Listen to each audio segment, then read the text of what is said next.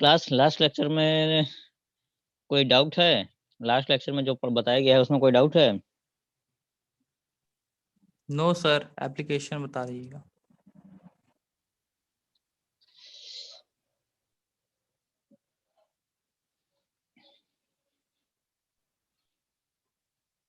अभी student add हो रहे हैं, कुछ सेकंड बाद स्टार्ट करते हैं।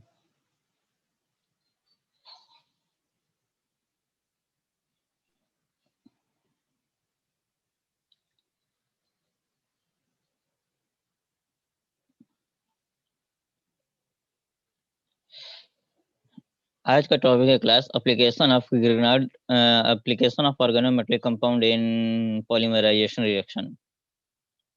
यानी कौन कौन से ऑर्गेनोमेट्रिक कंपाउंड्स हैं जिनका यूज हम पॉलीमर फॉर्मेशन में करते हैं, या पॉलीमर में किसी तरीके से भी अगर उनका यूज हो रहा है तो उनको ये हम इस कैटेगरी में पढ़ेंगे। तो फर्स्ट टॉपिक है used in the synthesis of natural rubber. Natural rubber के फॉर्मेशन में ऑर्गेनोमेट्रिक कंपाउंड का यूज किया जाता है।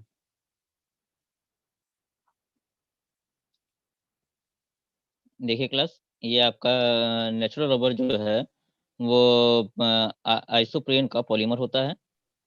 नेचुरल रबर जो है वो आइसोप्रीन का पॉलीमर होता है। अब नेचुरल रबर को हम लैब में कैसे सिंथेसाइज कर सकते हैं? In presence of alkyl lithium. Alkyl lithium के प्रेजेंस में आइसोप्रीन जो है वो कन्वर्ट होता है नेचुरल रबर में। तो यहाँ पर देखिए एल्काइल लिथियम क्या है? Organometallic compound. तो ऑर्गेनोमेटेलिक कंपाउंड के प्रेजेंस में आइसोप्रीन जो है वो कन्वर्ट हो रहा है नेचुरल रबर में, और इसे हम लोग कहते हैं, नेचुरल रबर को कहते हैं सिस पॉली आइसोप्रीन। सिस क्यों कह रहे हैं?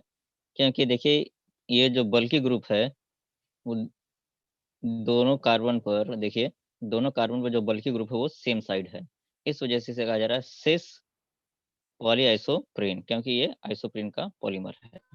Next class synthesis of high density polyethylene.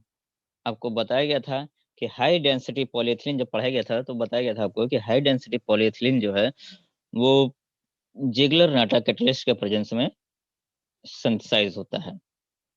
Ziggler NATA catalyst, और आप सभी जानते हैं कि जिगलर नाटा कैटलिस्ट जो है वो किसका कॉम्बिनेशन है? टाइटेनियम टेट्राक्लोराइड और try ethyl aluminium. Titanium tetrachloride और ट्राई इथाइल एल्यूमिनियम का कॉम्बिनेशन है। अब इसमें टाइटेनियम टेट्राक्लोराइड जो है वो तो आपका ऑर्गेनोमेटेलिक कंपाउंड नहीं है, लेकिन जो इसमें ट्राइथाइल एल्युमिनियम है वो आपका ऑर्गेनोमेटेलिक कंपाउंड है। यानी इसके प्रेजेंस में आप क्या सिंथेसाइज कर रहे हैं? हाई डेंसिटी पॉलीएथिलीन, क्योंकि आपको बताया गया है कि जिगलर नाटा कैटलिस्ट के प्रेजेंस में हमेशा लीनियर पॉलीमर ही सिंथेसाइज होते हैं, और लीनियर पॉलीमर सिंथेसाइज होने की वजह से इसमें क्लोज पैकिंग होती है, जिसकी वजह से इनकी डेंसिटी जो है वो इंक्रीज कर जाती है। ठीक है क्लास?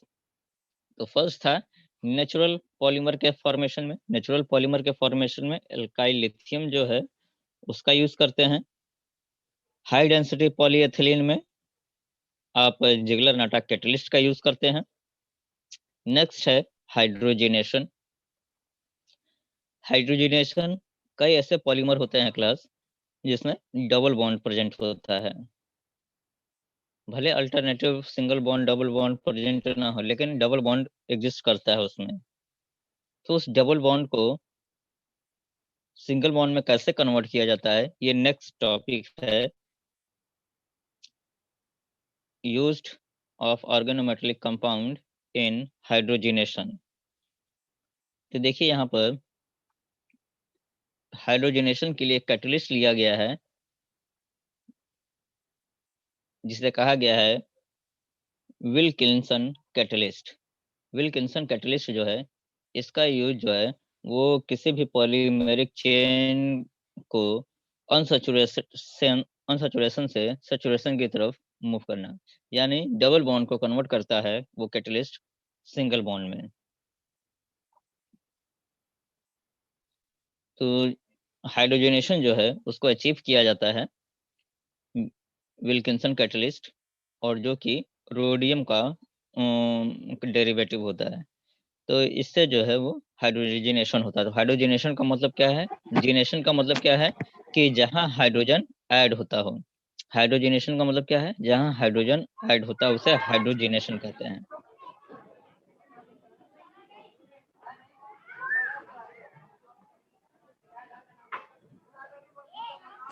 सर अ, सर सर इसका पूरा नाम क्या बोलेंगे? ये आपका जो रोडियम का जो कैटलिस्ट है वो उसके बारे में कह रहा है ना? बोल पे यस सर। हाँ, tetrakis triphenyl phosphine rhodium chloride. Tris tris triphenyl phosphine rhodium chloride, ये इसका नॉमेनक्लेचर है। इसके प्रेजेंस में आप जो है वो हाइड्रोजनेशन करते हैं। ठीक है क्लास?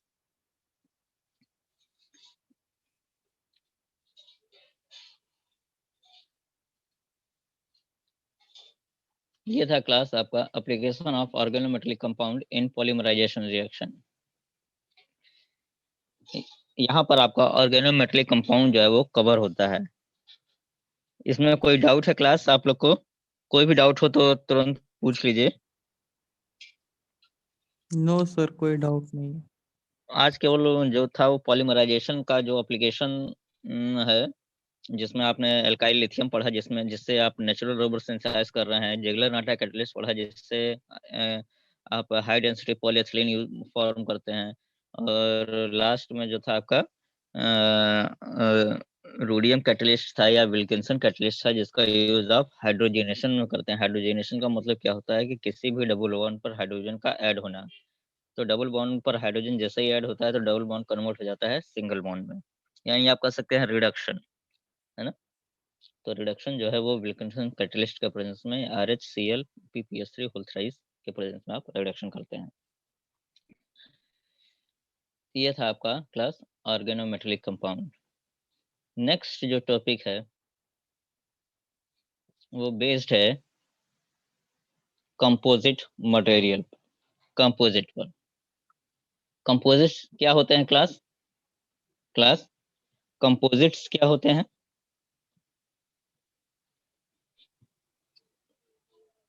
क्लास? दो डिफरेंट टाइप मटेरियल का मिक्सचर। हाँ, कंपोजिट्स जो हैं वो टू और more different type of material combine and form a composite, है ना? इफ टू और मोर different type of material combine, they form a new type of material known as composite. तो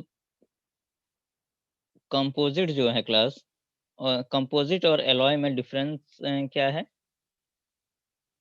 कंपोजिट और एलॉय में डिफरेंस क्या है class? Alloy अच्छी तरीके से मिक्स हो जाते हैं, लेकिन कंपोजिट मिक्स नहीं होते। और कोई और कोई मेटल बनता है सारे। हाँ? Sir ratio, mixture ratio.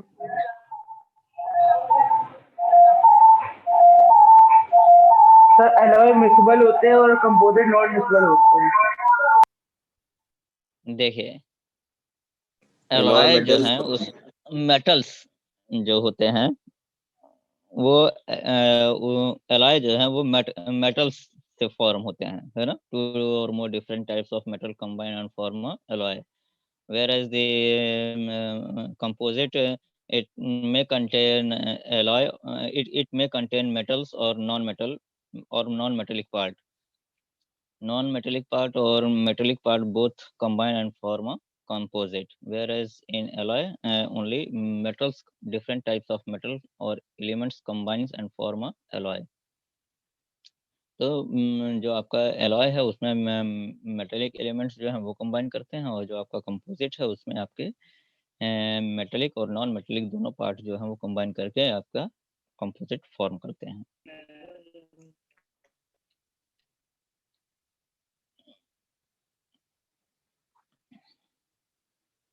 बहुत ही छोटा सा टॉपिक है ये। तो देखिए डिफिनेशन क्या कह रहा है, 2 or more distinct types of distinct component when which combines to form a new class of material suitable for the structural application are referred as composite, है ना। तो सिंपल वे में आप ये एग्जाम में जो आपको पहले बताया गया है वही लिख देंगे, तो कोई समस्या नहीं है कि if 2 or more different type of material combine and they give rise a new type of material known as composite, अब देखिए क्लास, एक इंटरेस्टिंग लाइन इसमें ऐड है। सेकंड डिफिनेशन देखिए, composite can be defined as the material that consist 2 or more chemically physically different phases separated by distinct interface। यानी इसका मतलब ये है कि कंपोजिट जो है वो 2 or more different types of material से तो सिंथेसाइज हो रहा है। कंपोजिट जो है वो 2 or more different type of material से सिंथेसाइज हो रहा है, लेकिन ये मटेरियल जो है वो सेपरेट हो सकते हैं। ठीक है क्लास, क्योंकि ये जो भी फेज जो इसमें प्रेजेंट है वो भी मैं आगे डिस्कस करूंगा आपसे कि इसमें जितने भी फेज जो है वो कंपोजिट का फॉर्मेशन करते हैं, वो सारे फेज जो है उन्हें सेपरेट किया जा सकता है। तो बेसिक क्या है कंपोजिट क्या है, जब 2 या 2 से ज़्यादा मटेरियल जो है वो आप कंबाइन करते हैं तो न्यू टाइप का मटेरियल जो है वो सिंथेसाइज होता है, जिसे आप कहते हैं कंपोजिट। अब कंपोजिट में 2 फेज होते हैं क्लास, कंपोजिट में 2 फेज होते हैं, matrix phase and disperse phase. तो कोई एक एग्जांपल क्लास बता सकते हैं कंपोजिट का, कोई एग्जांपल जो आपके आसपास हो, कोई ऐसा कंपोजिट बता सकते हैं आप क्लास?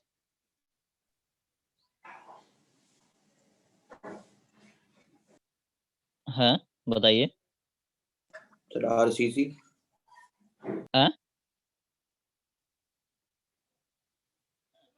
हाँ देखिए जो सर ऑयल। नहीं जो आपका घर है ये भी एक टाइप का कंपोजिट मटेरियल है, जो एरोप्लेन है ये भी आपका कंपोजिट मटेरियल है, जो आपका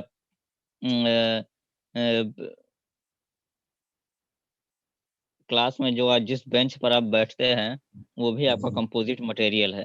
यानी ये सब जो है वो कंपोजिट मटेरियल है, 2 या 2 से अधिक मटेरियल से ये फॉर्म होते हैं। ठीक है क्लास, तो देखिए अब इसमें क्या कह रहा है कि कंपोजिट जो है उसमें 2 फेज होते हैं, मैट्रिक्स फेज और डिस्पर्स फेज। अब ये दोनों फेज जो है वो क्या है उसको समझ लीजिए, यही इसका इम्पोर्टेंट पार्ट है कंपोजिट का, मैट्रिक्स फेज और डिस्पर्स फेज। आप छत के फॉर्मेशन में आपने देखा होगा आयरन रॉड यूज किया जाता है, देखा है कि नहीं देखा है? आयरन रॉड का जो नेट लाइक स्ट्रक्चर बनता है ना, तो जो आपका आयरन रॉड है ये मैट्रिक्स फेज का फॉर्मेशन करता है। ये समझाने के लिए बताया जा रहा है आपको, आयरन रॉड जो है वो मैट्रिक्स फेज का फॉर्मेशन करता है। तो देखिए मैट्रिक्स फेज के बारे में क्या कहा गया है, matrix phase is a primary phase having continuous structure. Continuous क्यों कहा जा रहा है, क्योंकि इनकी लेंथ देखिए बहुत ज्यादा है, कॉन्टिन्यूअस स्ट्रक्चर है। तो ये मैट्रिक्स फेज जो है वो आपके प्राइमरी फेज हैं और कॉन्टिन्यूअस स्ट्रक्चर है। Matrix is usually more ductile duct के फॉर्मेशन में होता है, आयरन रॉड जो है वो आपके डक्ट के फॉर्मेशन में रहते हैं। और लास्ट लाइन क्या कह रहा है, it holds the disperse phase, यानी मैट्रिक्स फेज जो है वो डिस्पर्स फेज को अपने अंदर होल्ड किए रहता है। अब डिस्पर्स फेज क्या है उसको समझ लीजिए, disperse phase is embedded in matrix phase.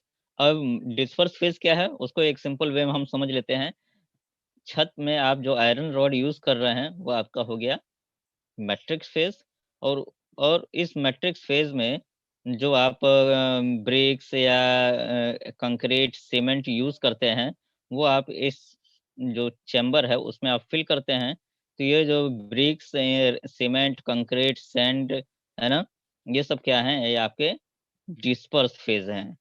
ठीक है क्लास। तो इसी वजह से कहा जा रहा है कि डिस्पर्स फेज जो है वो मैट्रिक्स फेज में एम्बेडेड होते हैं। ये जो डिस्पर्स फेज है, डिस्पर्स फेज जो है वो मैट्रिक्स फेज में एम्बेडेड होता है। और नेक्स्ट क्या कह रहा है, डिस्पर्स फेज जो है वो डिसकंटिन्यूअस फेज है। डिसकंटिन्यूअस का मतलब क्या है कि ये स्मॉल पार्टिकल के फॉर्म में होते हैं, इनकी लेंथ ज्यादा नहीं होती है, फाइन पार्टिकल के फॉर्म में होते हैं, इसी वजह से इसे कहा जा रहा है डिसकंटिन्यूअस फॉर्म। ठीक है क्लास। तो दोनों में डिफरेंस समझ में आ गया ना। कंपोजिट मटेरियल जो है वो उन दो फेज फॉर्म करते हैं, एक होता है मैट्रिक्स फेज और दूसरा होता है डिस्पर्स फेज।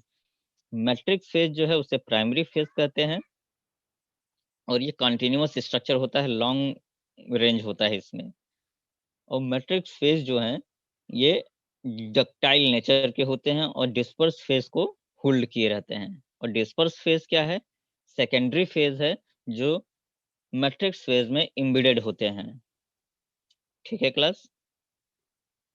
और इसे डिसकंटिन्यूअस फेज क्यों कह रहे हैं, क्योंकि ये स्मॉल पार्टिकल या इनका जो साइज होता है वो बहुत ही कम होता है मैट्रिक्स फेज के कंपैरिजन में। तो दोनों में डिफरेंस समझ में आ गया ना क्लास, कि मैट्रिक्स फेज किसे कहेंगे और डिस्पर्स फेज किसे कहेंगे।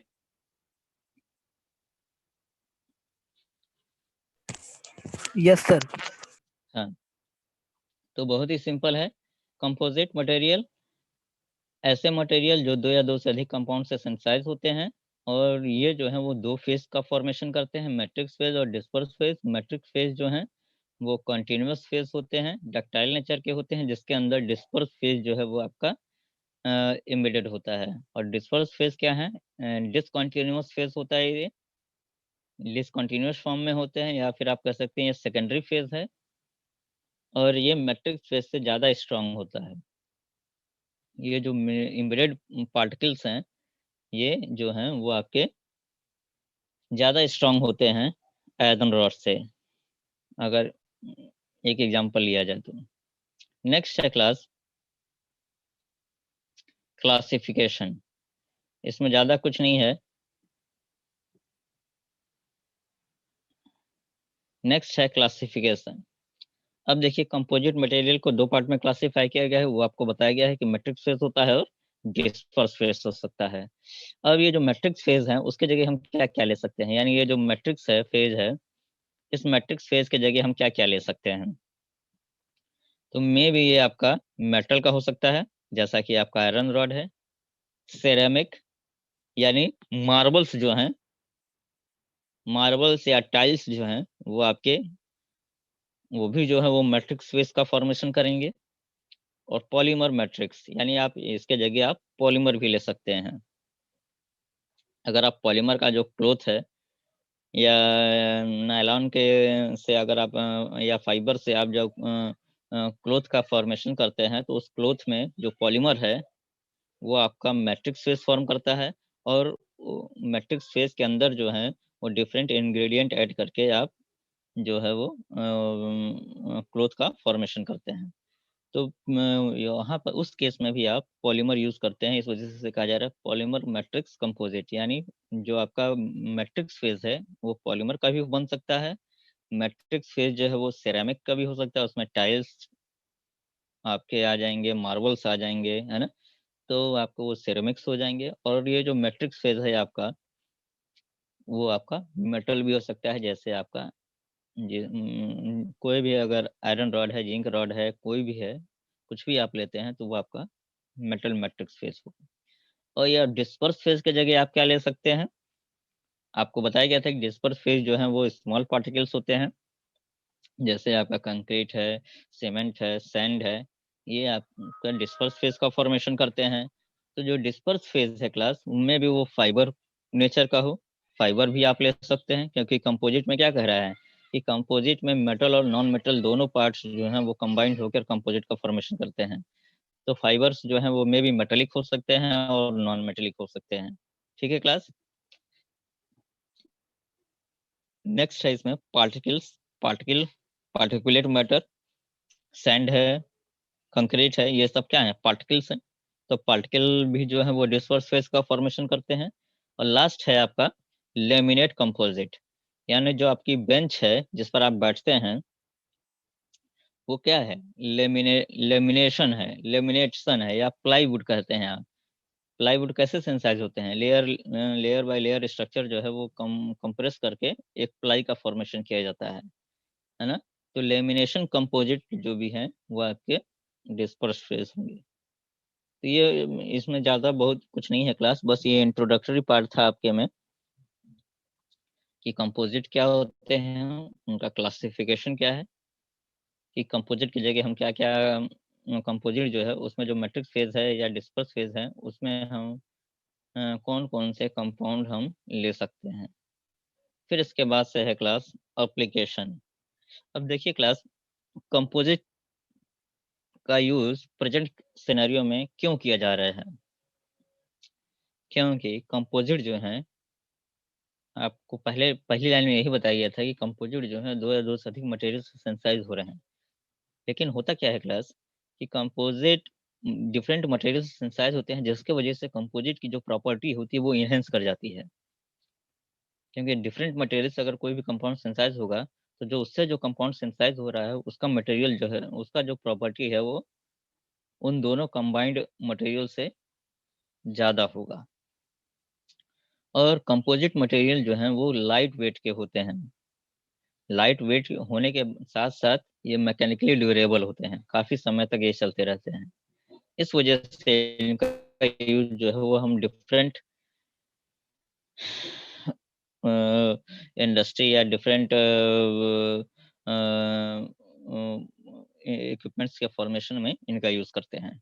देखिए फर्स्ट एप्लीकेशन क्या है, used in the aircraft industry. मैंने आपको क्या कहा कि ये आपके छत से लेकर एरोप्लेन तक जो है वो कंपोजिट मटेरियल वहाँ यूज किए जाते हैं, क्योंकि इनका वेट जो है वो काफ़ी कम होता है। इस वजह से कंपोजिट मटेरियल, पॉलीमर कंपोजिट का यूज जो है वो एयरक्राफ्ट इंडस्ट्री में किया जाता है।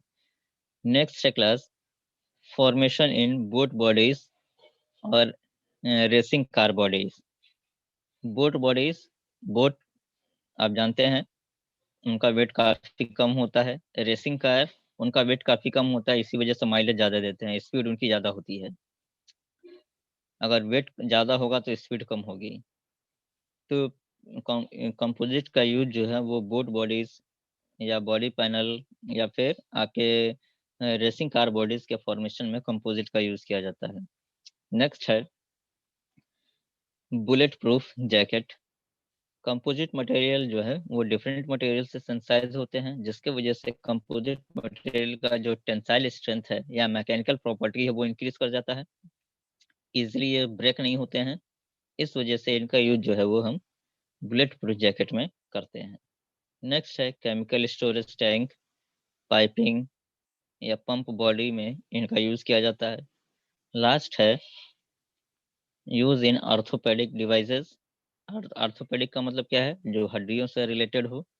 अगर मान लीजिए आप में कि कोई हड्डी ब्रेक हो गई है, उसको रिप्लेस करना है तो उसे हम कंपोजिट मटेरियल से रिप्लेस कर सकते हैं, क्योंकि उनका वेट काफ़ी कम होता है और मैकेनिकली काफ़ी स्ट्रांग होते हैं। तो इस वजह से इनका यूज जो है हम आर्थोपेडिक डिवाइसेस में या फिर एक्सरे टेबल के फॉर्मेशन में। देखिए आपने एक्सरे करवाया होगा अगर, तो उसका देखिए बॉडी जो है या जिस प्लेटफॉर्म पर वो एक्सरे मशीन रखा जाता है वो भी कंपोजिट का ही बना होता है, क्योंकि उसका वेट जो है वो काफ़ी कम होता है। तो वो एक्सरे मशीन का जो बॉडी पार्ट है वो अधिकतर कंपोजिट मटेरियल का ही सेंसर्स होता है। तो एप्लीकेशन क्या है? पहला जो है एयरक्राफ्ट इंडस्ट्री में, फिर बोट बॉडीज या फिर रेसिंग कार में, बुलेट प्रूफ जैकेट के फॉर्मेशन में और आर्थोपेडिक डिवाइसेस में जो है वो कंपोजिट का यूज किया जाता है। ये था क्लास आपका यूनिट 2। नेक्स्ट लेक्चर में हम लोग यूनिट 3 कवर करेंगे। ठीक है क्लास, कोई डाउट है यहाँ पर? सर हम्म हेलो हाँ बताइए। हेलो हाँ बताइए। सर जो हाँ लैमिनेट सर नहीं समझ में आ रहा सर। देखिए लेमिनेट का मतलब क्या है, लेमिनेशन। लेमिनेशन का मतलब क्या है, डिफरेंट लेयर्स को जब आप कंबाइन करते हैं तब अगर कोई भी मटेरियल फॉर्म होता है तो उसे आप कहते हैं लेमिनेटेड। लेमिनेटेड फॉर्म है ये। तो आप जो प्लाईवुड है वही आप देख लीजिए, प्लाईवुड क्या है, वो एक सिंगल वुड से नहीं फॉर्म हुआ है, उसमें लेयर है, एक लेयर, दूसरी लेयर, तीसरी लेयर, चौथी लेयर आपस में कंबाइन करके कंपोजिट का फॉर्मेशन करते हैं, तो उसी वजह से उसे कहा जा रहा है लेमिनेटेड, लेमिनेशन, है ना। तो डिस्पर्स फेज जो है वो लेमिनेटेड कंपोजिट भी हो सकते हैं, लेमिनेटेड लेमिनेशन फॉर्म में भी हो सकते हैं वो। और कोई क्वेश्चन?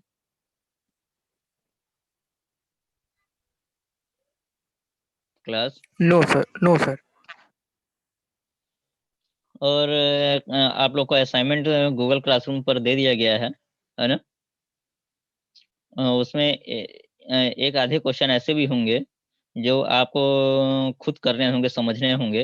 अगर उसमें कोई डाउट होगा तो मैं तो बताऊंगा ही, लेकिन कुछ क्वेश्चन ऐसे भी दिए जाते हैं असाइनमेंट्स में जिसको आप खुद करें और समझें उसे। बाद में तो ट्यूटोरियल क्लास में उसे डिस्कस किया जाता है। जब आप असाइनमेंट सबमिट कर देंगे तो एक दिन जो है वो हम जितने भी असाइनमेंट आपको दिए गए हैं उस पर हम डिस्कशन करेंगे। तो कोई डाउट है तो पूछ लीजिए, नहीं तो एक बार हम सोच रहे हैं कि असाइनमेंट भी आपको दिखा ही देते हैं। असाइनमेंट जो है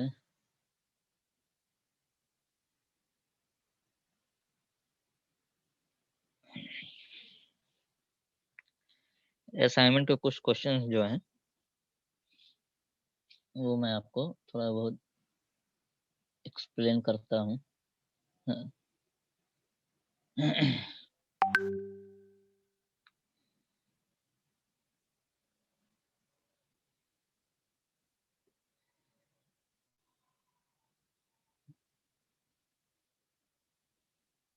हाँ, स्लाइड दिख रहा है ना class? Yes sir. Yes sir.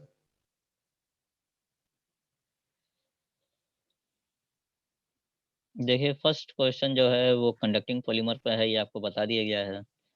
ये क्वेश्चन आपके लिए नया होगा। Right this short notes on biodegradable polymer. Right this short notes on biodegradable polymer. तो बायोडिग्रेडेबल पॉलीमर क्या होंगे क्लास? मैं अब थोड़ा बहुत इसमें क्लू दे दे रहा हूँ लेकिन करना आपको ही है। बायोडिग्रेडेबल पॉलीमर क्या होंगे? ऐसे ऐसे बताइए, गेस करिए, कोई समस्या नहीं है। सर जो बायोडिग्रेडेबल पॉलीमर आराम क्या से होंगे? डिग्रेड हो जाए स्मॉलर पार्टिकल्स में। समय के साथ अपने बायोलॉजिकली आप डिग्रेड डिग्रेड हो हो जाए हाँ, ना। बायोलॉजिकल हाँ डिग्रेडेशन हो जाए उसका। हाँ हाँ। तो देखिए ऐसे पॉलीमर जो बायोलॉजिकली या केमिकली डिग्रेड होते हैं उसे हम कहते हैं बायोलॉजिकल या बायोडिग्रेडेबल पॉलीमर। ठीक है क्लास। तो अभी तक आपने जितने भी पॉलीमर पढ़े हैं उसमें बायोडिग्रेडेबल पॉलीमर कौन से हैं? Sir nylons. देखिए poly amides, natural rubber. Poly amides जो हैं या पॉलीस्टर जो हैं, ये आप जानते हैं कि एमाइड एमाइड लिंकेज जो है इजीली ब्रेक हो सकता है, ईस्टर लिंकेज जो है वो इजीली ब्रेक हो सकते हैं थ्रू बायोलॉजिकल और थ्रू केमिकल। तो जो पॉली अमाइड्स और पॉलीस्टर हैं वो भी आपके बायोडिग्रेडेबल होंगे। या फिर आपका सेल्यूलोज, सेल्यूलोज जो है सर ये नायलॉन क्या से है ठीक होगा। हाँ तो पॉली एमाइड्स में ही तो आ जाएंगे ना सब, वो पॉली एमाइड और पॉलिस्टर में सब आ जाएंगे, कुछ नहीं बचा है उसमें। तो जो आपके सेल्यूलोज हैं, जिससे आपका कॉपी जो बनी हुई है वो सेल्यूलोज की बनी हुई है, तो ये भी क्या है, डिग्रेडेबल है। आप कैरी बैग जो लेते हैं शॉपिंग मॉल से वो भी कागज का होता है, वो भी सेल्यूलोज है, वो भी बायोडिग्रेडेबल है। तो सेल्यूलोज जो है उसमें उसमें मोनोमर क्या है, ग्लूकोज सब यूनिट्स होंगे या फ्रक्टोज सब यूनिट्स होंगे, तो वो वाटर में इजिली डिजोल्व हो जाते हैं। तो बायोडिग्रेडेबल पॉलीमर जो है उसमें ऐसे कुछ फंक्शनल ग्रुप या मटेरियल, ऐसे मटेरियल सिंथेसाइज होते हैं जो बायोलॉजिकली डिग्रेड हो जाते हैं। ठीक है क्लास। तो इस वजह से जो हमारा जो प्लास्टिक है वो इतनी जल्दी जो है वो डिग्रेड नहीं होता है। लेकिन हम पॉलीमर को या ऐसे मटेरियल हम यूज करें जो इजीली डिग्रेड हो जाए, तो हमारे एनवायरनमेंट पर जो प्लास्टिक या पॉलीमर का जो इम्पैक्ट पड़ रहा है वो काफी हद तक कम हो सकता है। तो ये था क्लास आपका बायोडिग्रेडेबल पॉलीमर। आप देखिएगा, पढ़िएगा, नहीं समझ में आएगा फिर मैं तो बताऊंगा ही। फिर उसके बाद से कोई ऐसा क्वेश्चन नहीं है जो आपको ऑर्गेनोमेटेलिक कंपाउंड है, फिर ग्रिग्नार्ड रिजेंट है, फिर नायलॉन सिंथेसिस है, nylon 6 nylon 6 Buna S butyne composite material है, अरामाइड्स भी आपको बताया गया है, वल्कनाइजेशन भी आपको बताया गया है, थर्मोसेटिंग, थर्मोप्लास्टिक कई बार आपको एक्सप्लेन किया गया है। हाँ, ये चेन ग्रोथ और स्टेप ग्रोथ पॉलीमराइजेशन क्या है क्लास? चेन ग्रोथ और step growth polymerization class? Sir addition polymerization. हाँ, देखिए जो आपका एडिशन पॉलीमराइजेशन है उसे हम कहते हैं चेन ग्रोथ पॉलीमराइजेशन, क्योंकि ये इसमें जो मोनोमर हैं वो चेन वाइज अटैच होकर एक लॉन्ग पॉलीमर का फॉर्मेशन करते हैं, और ये जो है वो एडिशन पॉलीमराइजेशन के थ्रू होता है। लेकिन जो आपका कंडेंसेशन पॉलीमराइजेशन है उसे हम कहते हैं स्टेप ग्रोथ पॉलीमराइजेशन, क्योंकि देखिए क्लास, एक बार पॉलीमर आपने दोनों मोनोमर ऐड कर दिया, उसमें कंडेंसेशन हुआ, कंडेंसेशन के बाद से मान लीजिए एक पॉलीमर सिंथेसाइज हुआ। अगर उसमें आप फर्दर से अगर आप मोनोमर ऐड करेंगे तब जाकर उसमें फिर से वो मोनोमर ऐड होगा, यानी स्टेप बाय स्टेप आप मोनोमर ऐड करते जाएंगे तो इस चेन जो है वो इंक्रीज करती जाएगी। इसी वजह से इसे कहा जाता है कंडेंसेशन पॉलीमराइजेशन को स्टेप ग्रोथ पॉलीमराइजेशन। फिर उसके बाद से है आपका एलडीपी, एचडीपी, ये भी आपको बताया गया है, टेफ्लॉन भी बताया गया है। फिर एक क्वेश्चन इसी में है टेफ्लॉन में कि why Teflon have better property than the other polymer. तो ये भी आपको शायद बताया गया है, आपको खुद करना है इसे, देखें क्या लिखते हैं आप इसमें। फिर है इसमें functionality of monomer and degree of polymerization, ये भी बताया गया है। कोपॉलीमराइजेशन, होमोपॉलीमराइजेशन ये भी हो गया है। सिंथेसिस ऑफ अल्कोहल और acid by using Grignard agent, ये भी आपको बता दिया गया है। Synthesis and use of polyethylene, polyvinyl chloride, polystyrene, ये सब आपको डिस्कस किया। नेक्स्ट लास्ट है जो है वो फिनॉल फॉर्मेल्डिहाइड और यूरिया फॉर्मेल्डिहाइड रेजिन, ये आपको लेबोरेटरी में बताया गया है। वहां बताया गया था कि ये कैसे सिंथेसाइज होते हैं और इनका यूज क्या है। ठीक है क्लास, तो कोई डाउट नहीं है मुझे लग रहा है, सब आपको बताया गया है। तो असाइनमेंट बहुत ही सिंपल है आपका, और जब असाइनमेंट कंप्लीट हो जाए तो यहाँ पर हार्ड कॉपी जो है वो लाके सबमिट कर दीजिए। अभी कई असाइनमेंट जो है वो फर्स्ट असाइनमेंट अभी कई बच्चों ने सबमिट नहीं किया हुआ है, तो कोशिश करिए कि जितनी जल्दी हो सके वो उतनी जल्दी लाके सबमिट कर दीजिए। ठीक है क्लास, तो ये था आपका यूनिट 2 जो बेस्ड था पॉलीमर पे। अब नेक्स्ट लेक्चर जो है वो बेस्ड होगा आपका इलेक्ट्रोकेमिस्ट्री यूनिट 3। तो हम लोग का कोर्स लगभग सही चल रहा है, कोई समस्या नहीं आ रही है, तो धीरे धीरे हम लोग सब कवर कर लेंगे। ठीक है क्लास, तो आज के लिए इतना ओके ही। हाँ, अगर ठीक है कोई सर। डाउट है तो आप कोई डाउट है तो पूछ सकते हैं। अभी 2-2.5 मिनट बाकी हैं, कोई डाउट है तो पूछ सकते हैं, नहीं तो आज के लिए मेरे तरफ से कंप्लीट हो चुका है सब। सर एप्लीकेशन रिपीट कर दीजिए जो बताए थे। कौन सा? कंपोजिट का? ऑर्गेनोमेट्रिक का। देखिए क्लास, ऑर्गेनोमेटेलिक कंपाउंड का पॉलीमर में क्या यूज है, ये था आज का टॉपिक। ग्रेनाइड रीजेंट का तो एप्लीकेशन आप पहले ही पढ़ चुके हैं कि वो ग्रेनाइड रीजेंट से आप अल्कोहल भी फॉर्म कर सकते हैं, एसिड भी बना सकते हैं, एमिन्स भी फॉर्म हो सकता है, ये तो कल डिस्कस हो गया था, है ना। आज का जो टॉपिक था वो बेस था कि अदर जो ऑर्गेनोमेटेलिक कंपाउंड हैं उनका यूज हम पॉलीमर के फॉर्मेशन में कैसे करते हैं। तो सबसे पहला आपका था एल्काइल लिथियम। वो एल्काइल लिथियम क्या है? ऑर्गेनोमेटेलिक कंपाउंड है। ठीक है क्लास, और एल्काइल लिथियम का यूज जो है वो आप नेचुरल रबर के फॉर्मेशन में करते हैं। क्योंकि जो आपका नेचुरल रबर जो है वो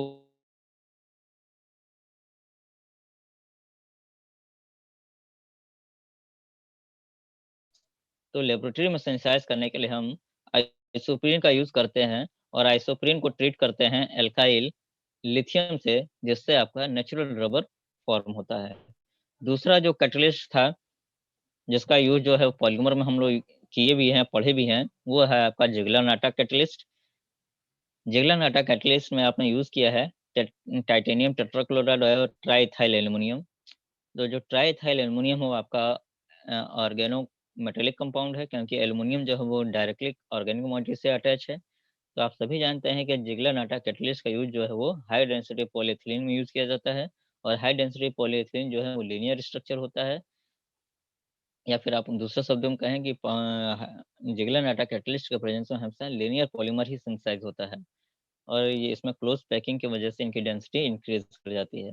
लास्ट था आपका विल्किंसन कैटलिस्ट, रोडियम कैटलिस्ट, और रोडियम कैटलिस्ट का यूज जो है वो हाइड्रोजन में करते हैं। हाइड्रोजनेशन का मतलब क्या है?